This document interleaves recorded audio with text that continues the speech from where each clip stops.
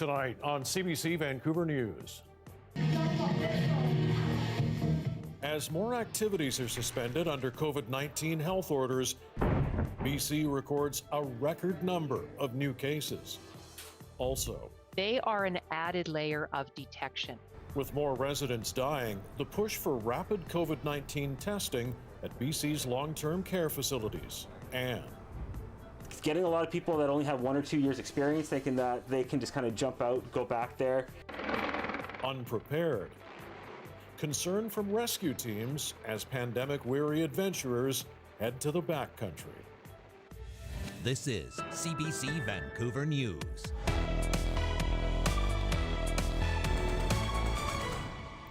Good evening and thanks for joining us. BC is staring at yet another breathtaking COVID-19 case count tonight. Once again, the overwhelming number of new infections are in one health authority, and the number of deaths has again reached the double digits. Our Dan Burrett joins us now with more on this. Dan, what's going on? It's not good, Mike. We have shattered our single-day record for new COVID-19 cases. Take a look. We have 941 new confirmed cases in the last 24 hours. Of those, almost 680 are in Fraser Health. That's 72%. As you mentioned, 10 more people have died, meaning we have now lost 358 people. More than 280 people are in hospital, up from 198 a week ago, 61 of them in intensive care.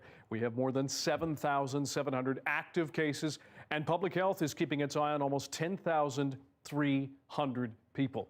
Again, Dr. Bonnie Henry and Health Minister Adrian Dix are imploring everyone to hold off on social gatherings and interactions so healthcare workers can get some breathing room. That means socializing again only with the people in your household, though you could still go for a distanced walk with a friend.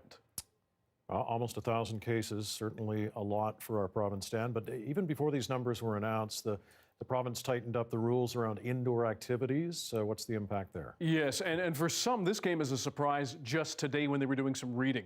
The province has ordered dance studios, yoga studios, gymnastic centers, and those other spaces offering group indoor fitness to temporarily stop across BC. We know some studios and centers did halt before this. They redid their operations, redid their safety plans, and some of them reopened with the blessing of their local health authority. That is now off. Staff at Bar Fitness in Yaletown, for example, have been left very frustrated. There was no formal announcement. There was just a change in language on the provincial website. So because of that, a lot of us spent the morning not knowing, should we close? Should we wait for the announcement? What should we do here? It became very clear as news sources started to pick up and our fellow studios started kind of talking with each other that in order to comply with that wording, we definitely had to close immediately and wait. And Ross says that meant having to tell customers who thought they were open to not come in. They're still waiting for the updated provincial guidelines. Still with restrictions, just this afternoon, the province announced what it will cost you if you decide not to wear a mask indoors. Masks, as we know, are now mandatory in all public spaces in BC.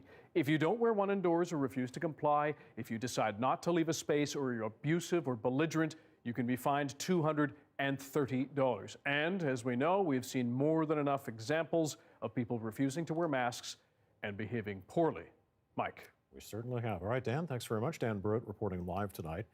Well, a week after fire forced an evacuation of patients, Burnaby Hospital is now struggling to contain a COVID-19 outbreak that has left 5 people there dead. Burnaby Hospital has now stopped taking most new patients. Only intensive care, maternity, and community palliative care units are still accepting new admissions. The outbreak was first declared at the hospital November 9th, but on November 15th, a late-night fire forced patients and staff out of the building and temporarily closed the emergency room. As a result, authorities are saying the fire is considered to be a contributing factor in the outbreak. There are currently 55 patients who've tested positive for COVID-19 and 40 staff cases that are now under investigation. BC's seniors advocate is calling for rapid COVID-19 testing at long-term care facilities, an added layer of defense. But as Joel Ballard reports, so far the province says it's not interested. These new rapid tests can give results in 15 to 30 minutes. They are an added layer of detection. BC Seniors Advocate Isabel McKenzie wants all staff in long-term care homes given a rapid test daily, an extra tool like hand washing, PPE, and daily screening.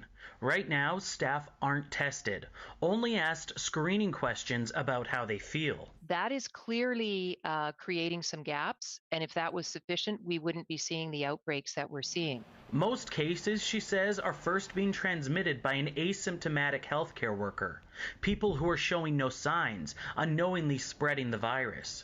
At Tabor Village in Abbotsford, a current outbreak has seen 133 staff members and residents become infected. 16 people have died. For the team there, daily testing would be a welcome addition. These are people who are incredibly committed to their calling. They chose to work in seniors care with older people. They want to honor the parents of our community, the grandparents of our community, and they know how important this work is. This summer, an outbreak at Langley Lodge infected 51 people, and 26 died. Its CEO is also on board with rapid testing. Along with the safety benefits, she believes it would help with staff's mental health. And I think that would alleviate some of the anxiety that we have with what we call watchful waiting, which is when we're waiting for someone to self-isolate, we're waiting for test results to come back, and we're waiting to find out if we're going to have a case or not. So why doesn't Dr. Bonnie Henry implement them? The short answer is that the testing is not available. BC has only been provided with a small amount of the tests, and Dr. Henry doesn't think they're as accurate as other tests like the PCR nasal swab. That's true. It's not as sensitive as the PCR test, but we're not comparing it to the PCR test. We're comparing it to nothing, which is what we have now. Joel Ballard, CBC News, Vancouver. Search and rescue crews in BC are worried novice adventurers could be putting themselves at risk by heading into the winter wilderness unprepared. As Eva Yuguen-Senge found out, workers are predicting a repeat of this summer in BC when hiking and camping gear sold out as people rushed to the outdoors. Ski season has barely begun, but this winter sports shop is already dealing with a backlog of tune-ups, and new gear is flying off the shelves. There are people who haven't, let's say, skied in the last 15 years, and like, oh, I want to get back into it. So that's one aspect. Other people are figuring like, oh, they're used to renting. They bought season's passes this year because they can't travel. It's not only beginner skis and snowshoes that are selling out. Backcountry touring equipment is also in high demand. It's getting a lot of people that only have 1 or 2 years experience thinking that they can just kind of jump out, go back there. It's kind of scary to see. The enthusiasm for the outdoors has search and rescue crews worried. They've already responded to more distress calls this fall compared to normal years. They've been rescuing people with jeans that are frozen solid. Turjanica says many of his customers don't seem prepared for the activities they have in mind. People with their lack of experience, people who aren't necessarily realizing the requirements needed to essentially go into the backcountry safely. When I mention what avalanche safety training is, or ASTs, they shake their head, shrug their shoulders, not even knowing what it is. Joachim says there are more beginner-friendly ways to enjoy the outdoors this winter. Well, don't go up onto the mountain peaks. Try some lower elevation trails. Get used to it. Get your stamina up. Get your level of physical fitness up. Do a bit of training. No matter the adventure, he says, making a trip plan and sharing it with someone is essential. And stick to activities within your comfort level. Eva Yuguen-Senge, CBC News, Vancouver. NAV Canada is looking at cutting air traffic controller jobs at 7 towers across Canada, including Prince George, all because of the impact of COVID-19. NAV Canada says cutting the jobs would save money as the global pandemic continues to decimate air traffic. But some aviation experts and airlines warn the move could amount to removing a layer of protection. NAV Canada used to provide air navigation services for more than 3 million flights a year. Now it's less than half of that. In September, they announced more than 720 jobs would be cut and more layoffs remain possible. More than 100 first-year UBC students are being investigated for cheating on a midterm math exam. The investigation became public after a screenshot from a UBC instructor was posted to Reddit. The professor wrote of his disappointment and said if the accusations are confirmed, students will receive 0% for the entire course, and expulsions will be recommended. The math class at the midterm exams were all held online. UBC says it's too early to say how the students managed to cheat or how they were caught. One day after she was chosen interim leader of BC's official opposition party, veteran MLA Shirley Bond says she has no interest in becoming the permanent leader of the BC Liberals. The word is interim. This is, that's a really key distinction for me.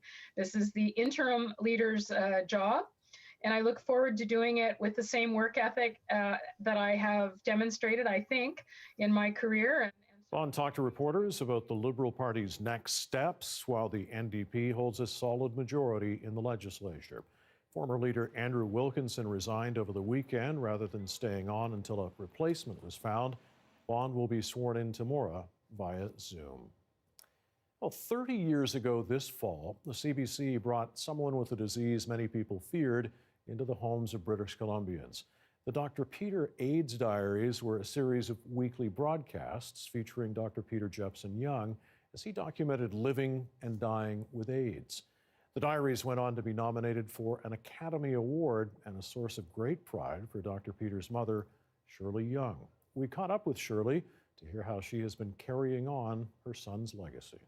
The energy that is me will not be lost. Peter Jepson Young, Dr. Peter to his TV audience, was determined to show the human face of AIDS. Each week, for 111 weeks, Dr. Peter laid bare the life of a person with AIDS.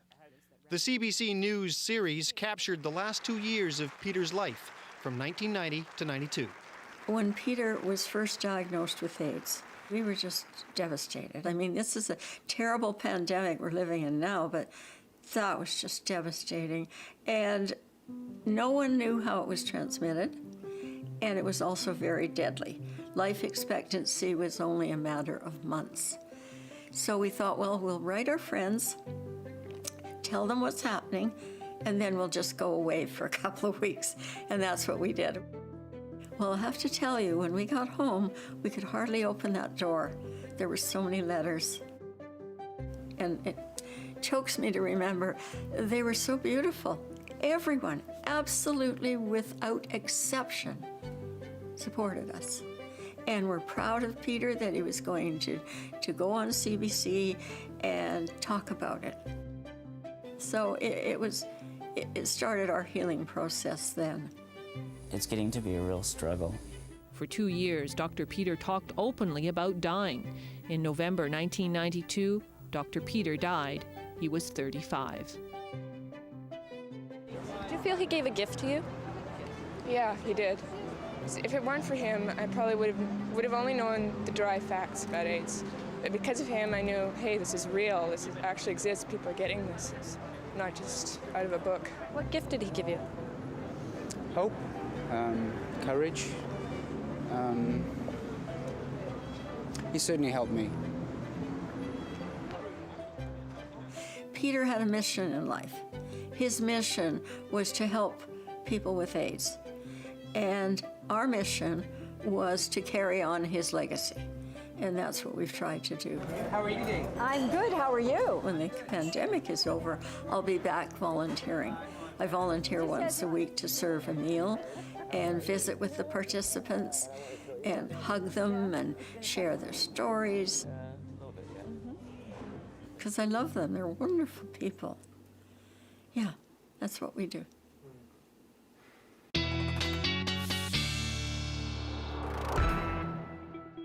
Joe, just thinking about the tremendous legacy of Dr. Peter and, of course, the great work that the Dr. Peter Center continues to do to this day.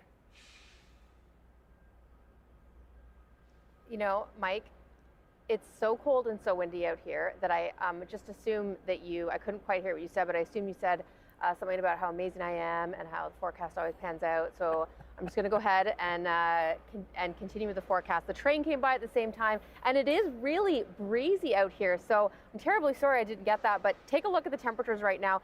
The winds are actually gusting to about 40 kilometers per hour across Metro Vancouver behind this front that also brought beautiful skies earlier this evening, 7 in through YVR, 6 out towards Abbotsford, and a 5 up towards the Sunshine Coast.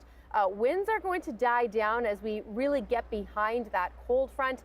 Showers are lingering across eastern Metro Vancouver and through the valley, but we've actually got a nice little dry break right now. Even though it is clear and cold and breezy, things are going to turn soggy again, I'm afraid. The center of this low pressure system is going to sneak in behind that cold front, and it will mean a more showery Wednesday than I was hoping for. I've got to keep the showers in through our Wednesday.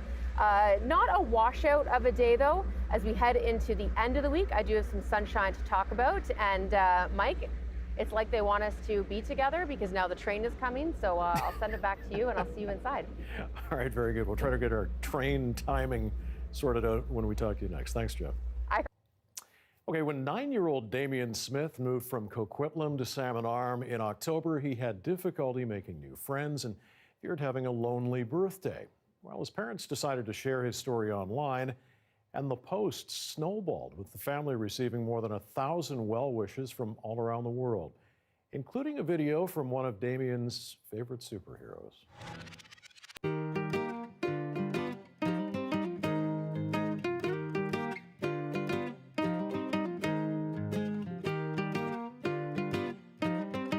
Happy birthday. I hope I get to meet you in person one of these days, Damien.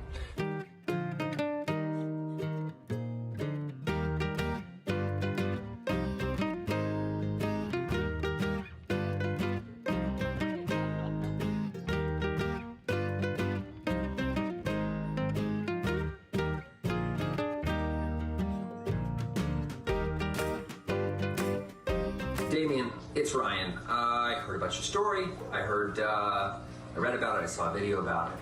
I heard you're a big fan of Deadpool. I am too. I related to your story, or I relate to your story a lot because I also went to a new school when I was a kid, a couple actually, and I remember how alienating that felt, and I remember how alone I felt and unseen I felt.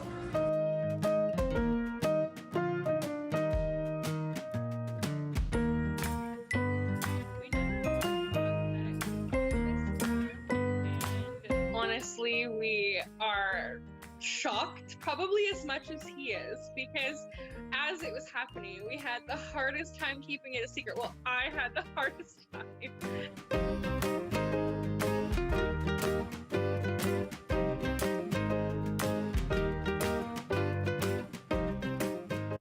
And a very happy birthday to you, Damien. Well, a reminder, you can also watch this newscast live on CBC Gem, CBC Vancouver, also on Facebook, YouTube, and Instagram. Well, Canada remains in a COVID-19 crisis tonight. Cases are surging, but 3 potential vaccines are on the horizon.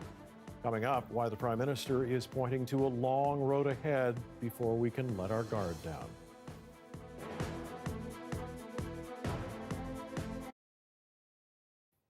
And thanks for staying with us during our commercial-free live stream tonight. Well, the health restrictions and lockdowns during the pandemic have left some people feeling unmoored from their normal lives, but there are those who have found themselves drifting into new hobbies, like Garfield Stringer. The Newfoundland welder now paddles the coast looking for washed-up wood that he turns into abstract art. Someone on Etsy requested a really big piece not long ago, so I'm probably gonna cut all this frayed stuff off and sand it down so much.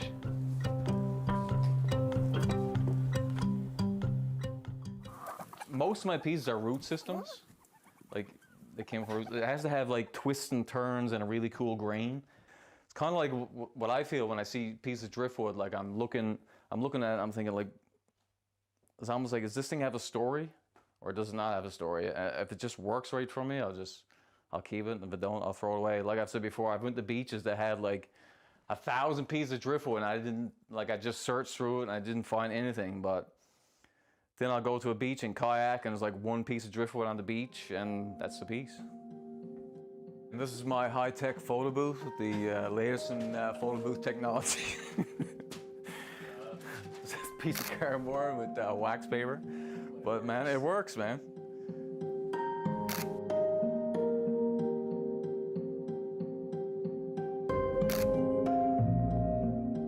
I guess it's like still movement is important in a lot of these pieces to me. Like I feel like each piece is some sort of character, and I wanted to give the impression that they're alive.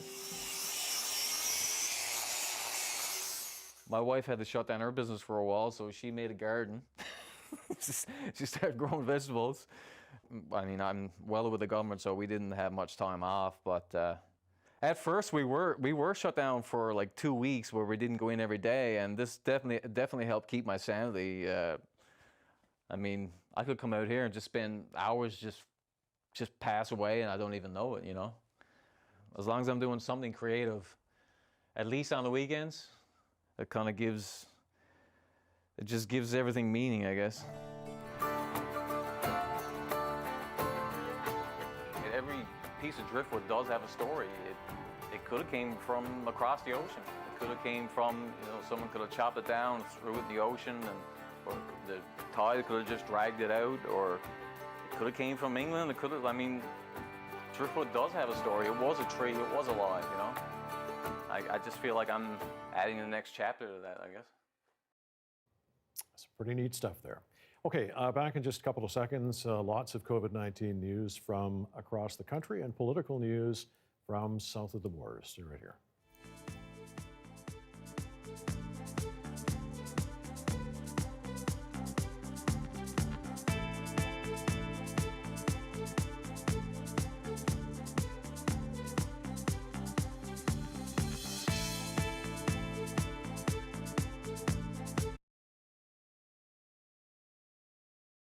CBC British Columbia's Food Bank Day is going to look a bit different this year, but it's still in support of an important cause, local food banks across BC.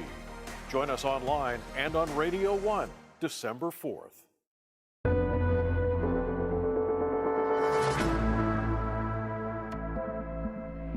A major key in beating COVID-19 hinges on vaccinating as many people as quickly as possible. Today, the Prime Minister reassured Canadians Ottawa has already purchased millions of doses. But what he didn't offer was a timeline. David Cochrane explains why. The Prime Minister says Canadians will get their vaccines, just not before some Europeans and Americans get theirs.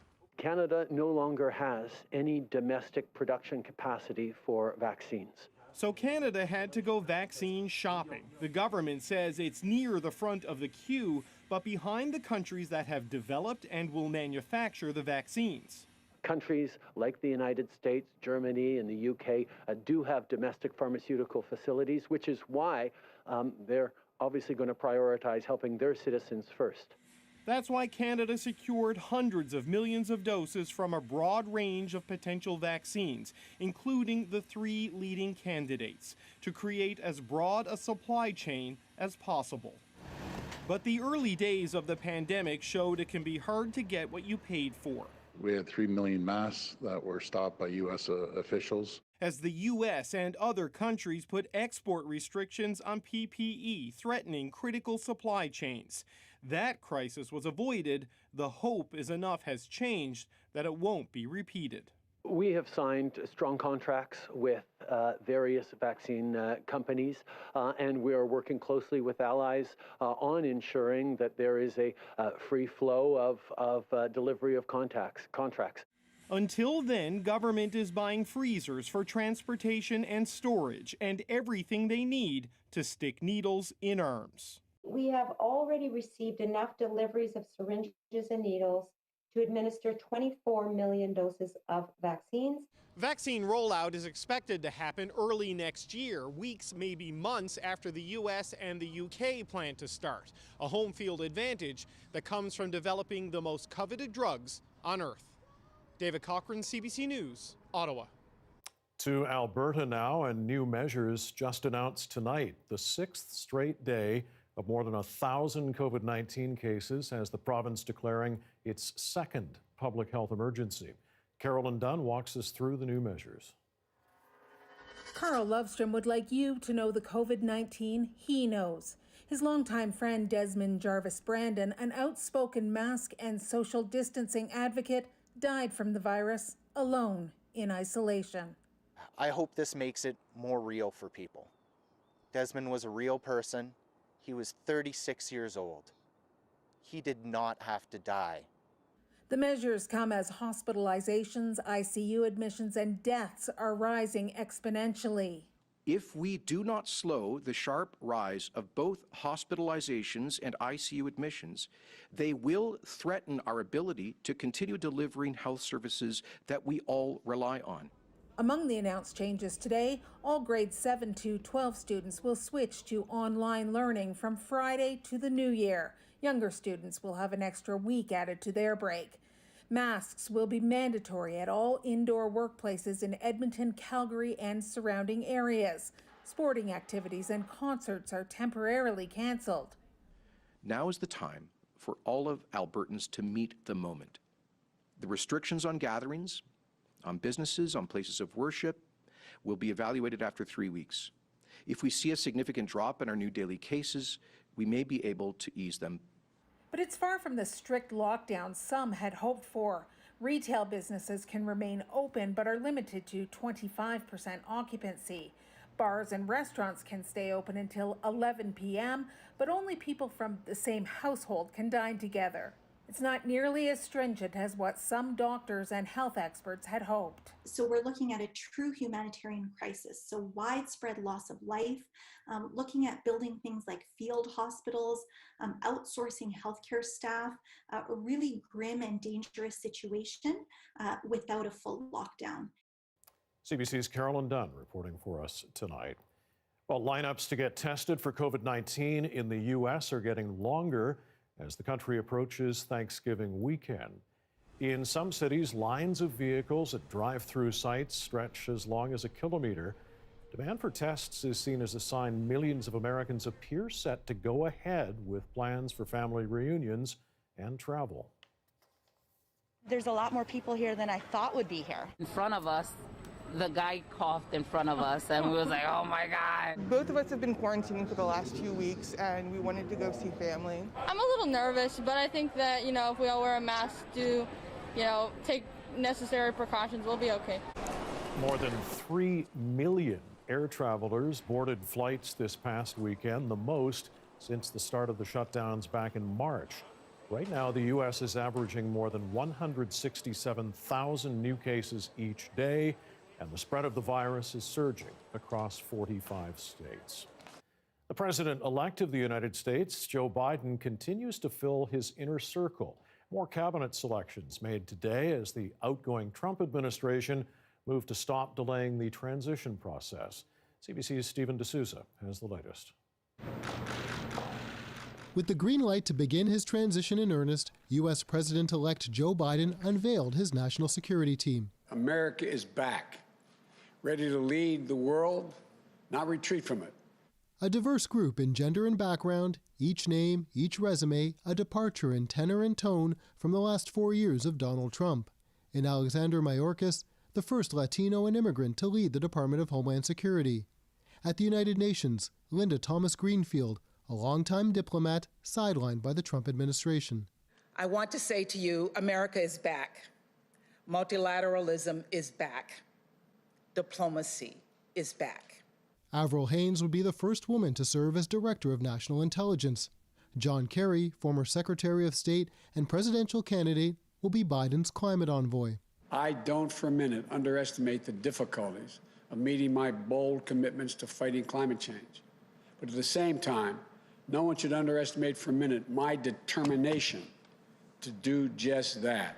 The announcements come the day after Government Administrator Emily Murphy, after weeks of delay and under pressure to act, formalized the transition process. It also comes as Pennsylvania and Nevada both made their election results official, further cementing Biden's victory. Trump, who belatedly and begrudgingly acknowledged the transition, still refuses to concede. On Twitter, Trump continues to attack the election results, retweeting misinformation and baseless allegations of fraud. While in public, he carries on as if all is normal, conducting the annual turkey pardon Trump stuck to the script. Biden, meanwhile, ended his event by trying to flip the script on the last 4 years.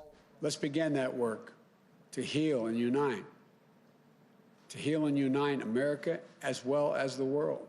The first test of that process, just how smoothly his nominees get confirmed. Stephen D'Souza, CBC News, New York. It was ground zero in the coronavirus pandemic. But in Wuhan, China, as we showed you last night here, they have, for the most part, conquered COVID-19. Just ahead, we'll talk with CBC Asia correspondent Sasha Petrusek about what he experienced on his recent assignment there.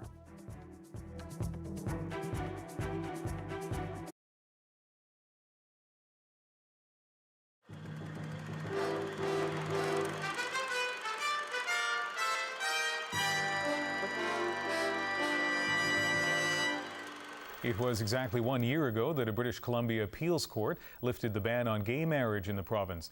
And ever since, same-sex weddings have become a niche industry that's booming.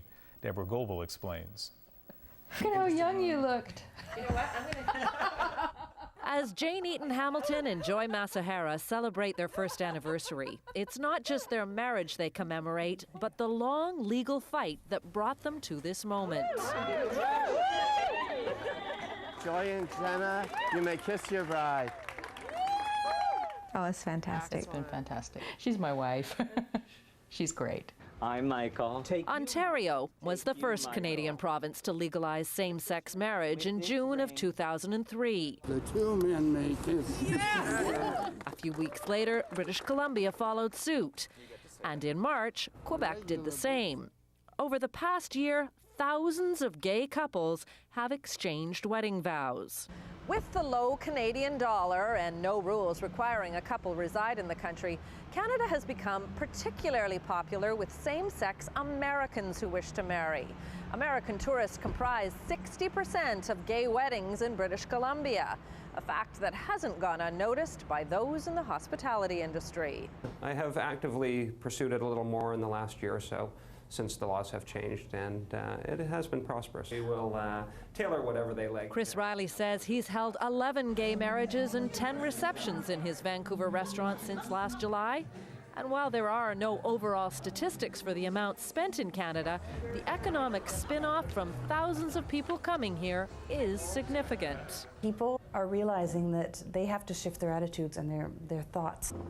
In Toronto, there is already a backlash against organizations that in the past resisted gay business. There has been a blacklist apparently started there of people who, facilities who formerly would not touch and or entertain the thought of doing a gay event or a wedding. Yeah. And suddenly have opened their arms and said, come spend your money with us. Straight or gay, weddings are big business. And with so many same-sex couples coming here to marry, it's a market segment that's definitely becoming a growth industry. Deborah Goebel, CBC News, Vancouver.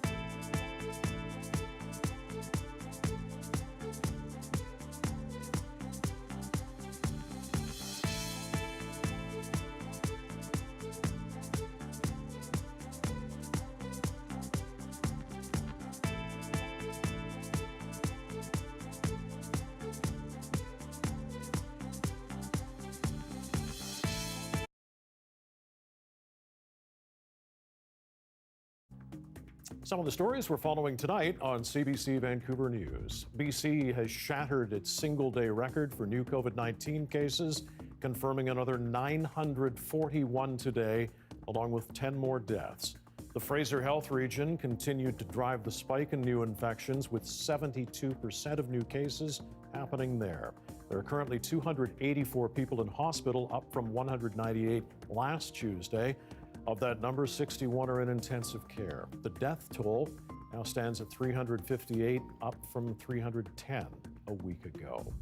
BC public health officials have now ordered dance studios, yoga studios, gymnastics centers and other spaces offering group indoor fitness activity to temporarily suspend those activities. Gymnastics, martial arts, Pilates, cheerleading, and strength and conditioning are activities included in the updated province-wide order. If we had that extra layer of protection against the virus, that would be a huge advantage for us. And with more residents dying, there's a push for rapid COVID-19 testing at BC's long-term care facilities. The government is so far balking at the idea. Well, nearly a year after COVID-19 was first detected in Wuhan, China, life has seemingly returned to normal, with no official local transmissions in months. But people there are still living in the aftermath, finding it hard to forget the strict lockdown and the ravages of the deadly virus. The recovery far from complete. In some ways, it could well be a window into a possible future for our province. And for more now, we go live to CBC's Sasha Petrusek in Beijing tonight. Sasha, we saw your report last night. I guess Wuhan could be a sign of things to come for BC and perhaps the rest of Canada. Tell us more about what it's like for people in Wuhan living through what they've been through. Well, Mike, I think all of China, Wuhan included, is really a little bit of an eye-opener, certainly for me. I just returned back to China about month and a half ago, 2 months ago, and you know, coming back from a Canada which is going through what it is, this place is really kind of a time warp. We've gone back to essentially life as normal in Wuhan and here in Beijing. People get up in the morning, they get on the subway, they get on the buses, they go to work. This idea that working from home is something that will now become the norm hasn't happened here. You know, they go to bars, they go to restaurants, they go to gyms. Life is pretty much back the way it was in Wuhan and in many other places in China. And really, people don't give much of a thought to this virus. They wear masks, but otherwise there isn't sort of a distancing that goes on. Behind all of that, there is a system in place to try to keep the virus at bay.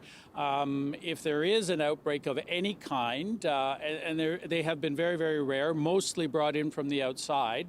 That is the official word, and there's certainly nothing here to suggest otherwise. Then there is tracing, very diligent tracing. There's a lot of testing that happens. Millions of people in some cases have been tested in a matter of a week in some places.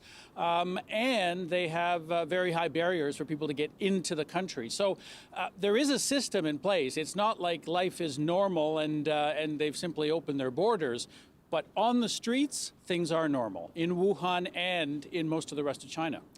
Yet, as we saw in your report last night, there are still obviously many scars left over from this pandemic. Yeah, that's very, very true in Wuhan. You know, you don't have to scratch the surface very deeply to bring out that emotion that's there. I mean, when people have been locked inside their homes, and we're not talking about a lockdown where you're supposed to stay in your home most of the time. We are talking about a lockdown in the case of Wuhan. In many cases where people were forced to stay inside their homes, we have situations where people were literally locked inside. Families couldn't get out to get groceries, all those sorts of things. So when you start to talk to people, there are tears, there's a lot of emotion, people are worried financially, but also that has left a scar, which is very, very different from, I think, even other places in China. Wuhan went through a really terrible time at a time when COVID could not be handled, could not be cured. There was nothing else. So basically, people are very, very emotional about that, even if things look very normal on the streets. Sasha, nice of you to join us tonight. Sasha Petrusek joining us live from Beijing. Thanks. Well, recent encouraging news about the effectiveness of COVID vaccines has airlines hoping for a resurgence in business. Tonight, Australia's national air carrier, Qantas, is looking at requiring travelers to provide proof they've had a COVID-19 vaccination before they can take an international flight. What we're looking at is how you can have a vaccination, a passport, an electronic version of it that certifies what the vaccine is it acceptable to the country you're traveling to. So there's a lot of logistics, a lot of technology that'll be needed to put in place to make this happen. But the airlines and the governments are working on this as we speak. As cases in Australia slow to a trickle, its biggest states have started to reopen this week after about 4 months. For some, a full shutdown is still the way to go, even if it has cost 1 million jobs and thousands of businesses. David Common explains.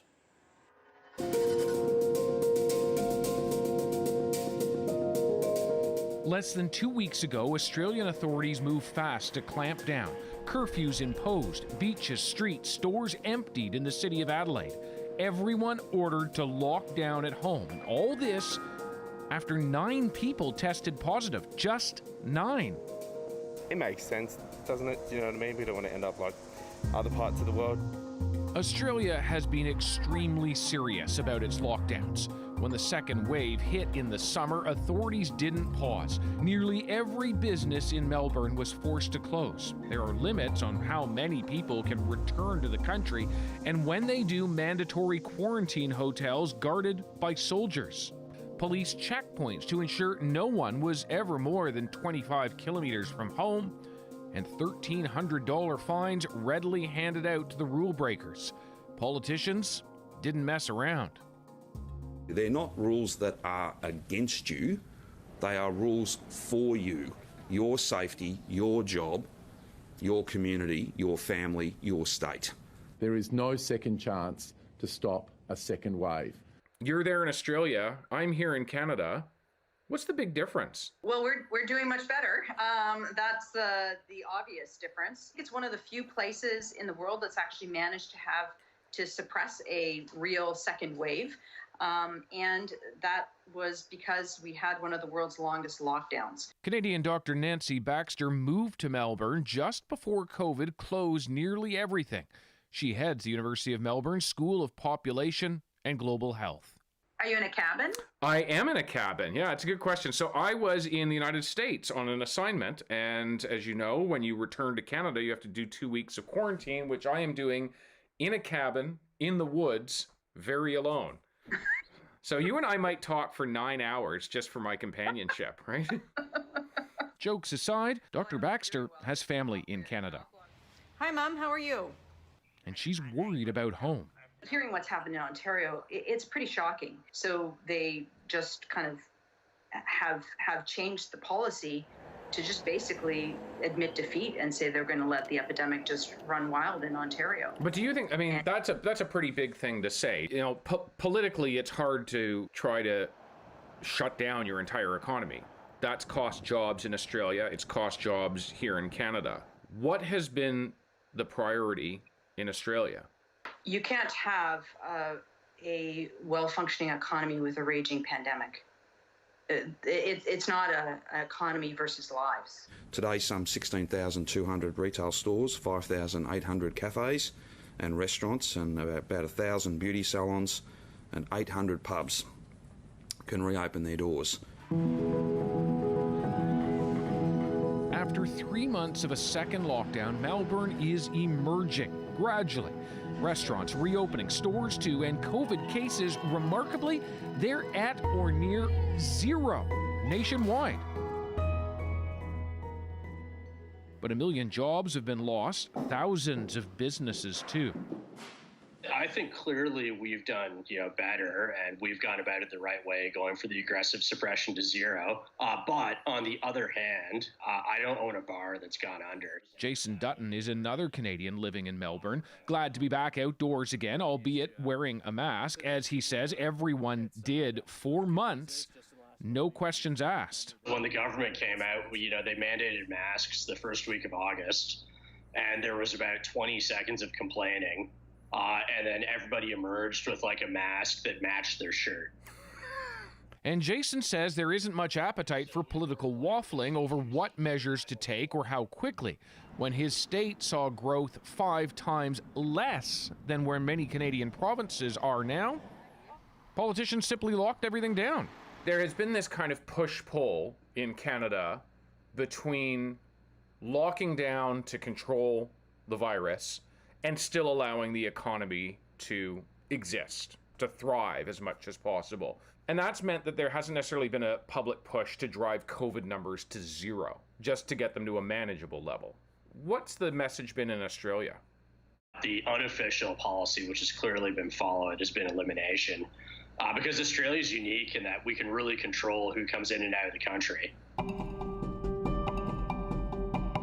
Australia certainly has geographic advantages, but those alone don't explain how it is now one of the few countries in the world, and one with many similarities to Canada, to virtually eliminate COVID through nearly draconian measures.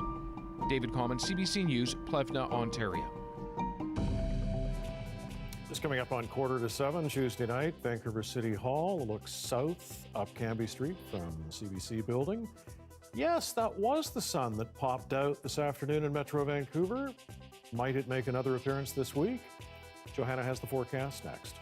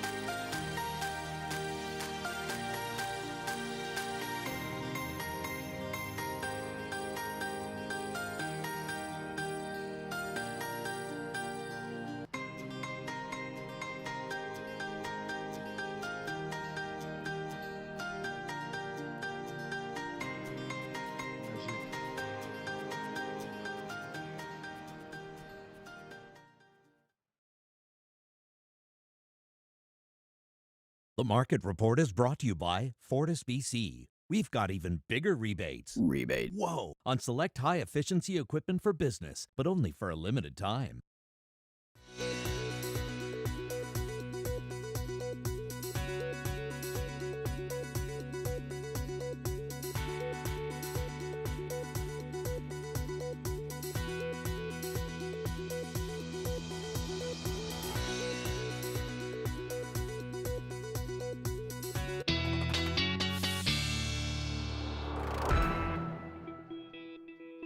Well, Newfoundland and Labrador are dealing with some intense weather today.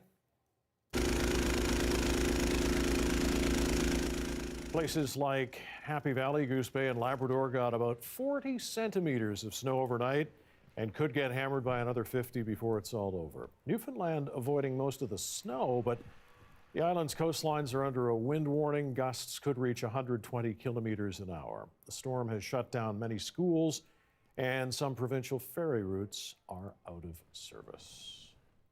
Johanna Wagstaffe back with us now. That's an awful lot of snow.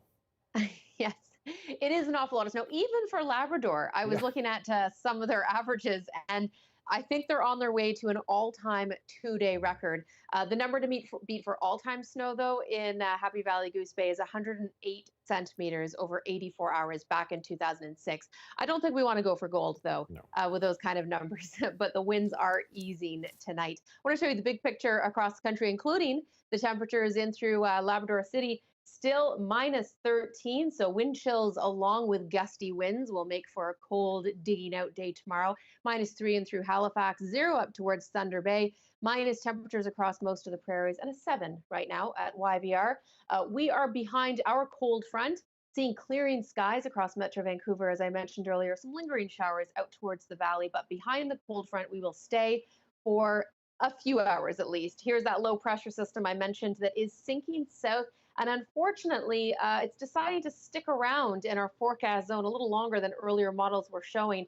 You can see it sneak across through Wednesday. It's a little slower, which is why there's the clearing showing up in the models, but not until Wednesday evening. So I'm hoping things move a little faster than anticipated and we can see some late day clearing. It's not the kind of washout we saw today, but definitely be prepared for a soggier Wednesday and a soggier Thursday. This is the next cold front that will move down the south coast, bringing showers through Thursday as well. Look at the forecast across the rest of British Columbia, though. Really just rain for the south coast. That nice break between two systems, bringing sunshine to almost everyone. A -2 up towards Williams Lake tomorrow. Some cold wind chills for the Peace, but lots of sunshine. And the southern interior, it was a messy day in through the Okanagan, but sunshine and 4 degrees for tomorrow. Even sunshine from Prince Rupert up towards Dease Lake, where those lows have been moving in one after another. Okay, so breaking that forecast down, I do have a glimmer of hope tomorrow. Again, if the system moves through faster than anticipated, which earlier models were showing there was a chance, we could see some late day sunshine. And again, showers rather than the steadier rain we saw today. Showers for Thursday as well as that cold front moves through. So we'll also look for some gusty winds. Temperatures have been pretty seasonal as far as afternoon highs go, and we'll keep that through to the end of the week. The lingering showers from Thursday will stick around through Friday morning. This one, though, I am hoping will clear nice and early for a gorgeous end to our week, and things are looking good for the weekend. A nice long break between systems. Temperatures cool down a little bit for our Saturday. I think we can keep it dry for Sunday as well, and we might even see the sun linger into early next week. So it doesn't always line up for the weekend, but when it does, I think we're all grateful. We are. We love it when that happens. Okay, Joe, thanks very much. We'll talk to you again in a second because an iconic holiday decoration is turning out to be hard to find in some parts of our country. We'll tell you why there's a Christmas tree shortage in Nova Scotia next.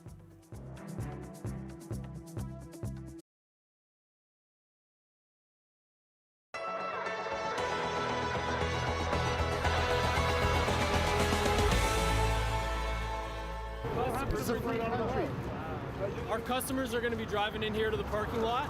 Can you guys please move out of the way? That's about all Adam Skelly would say to the camera crews gathered outside of his restaurant this morning, shooing them out of his busy parking lot. Hello, Adamson barbecue fans. But yesterday, the restaurant owner had plenty to say in an Instagram post announcing he would be opening for indoor dining.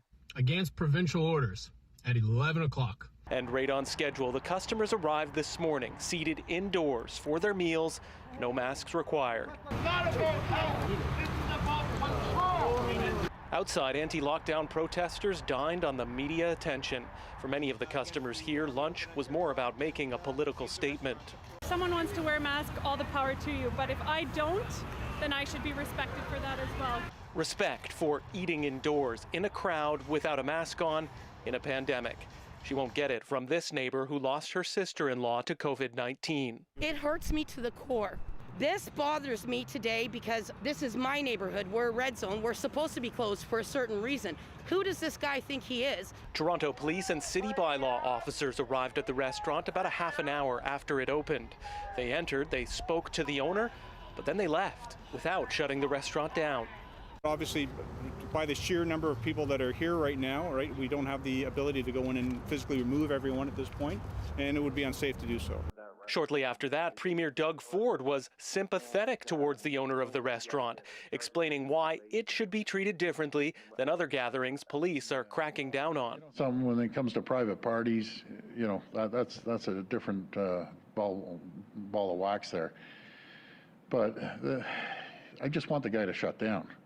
I'm not going to get up here and start pounding a small business owner when the guy's holding on by his fingernails. But late in the day, the business was pounded by the city, ordered to close immediately by Toronto's medical officer of health. Toronto Public Health has closed this premise. It shall remain closed, and the owner has been provided the most detailed understanding of what his obligations are.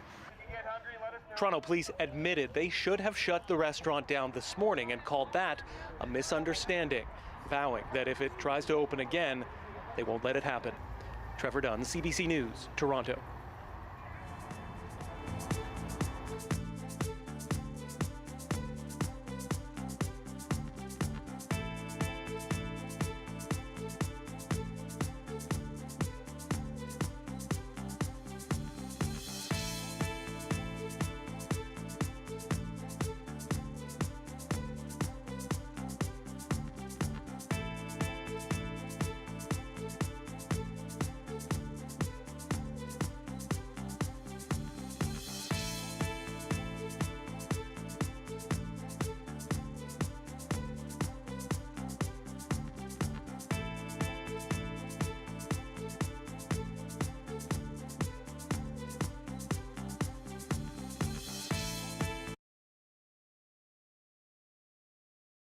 CBC British Columbia's Food Bank Day is going to look a bit different this year, but it's still in support of an important cause, local food banks across BC.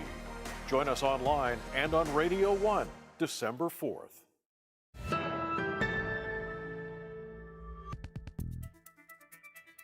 Mike, I always give you the hard questions, but do you have a real or fake Christmas tree? Oh boy, nothing fake at all, has nothing, no faking. I believe it should be artificial, right? Yeah. Artificial, that's yes. right. Yeah. No, always real at our place. Tried that one year, got rejected. They do like them, Joe. They like them real in the Maritimes, but this year, some people in Nova Scotia are having a hard time finding fresh Christmas trees. Preston Mulligan tells us why.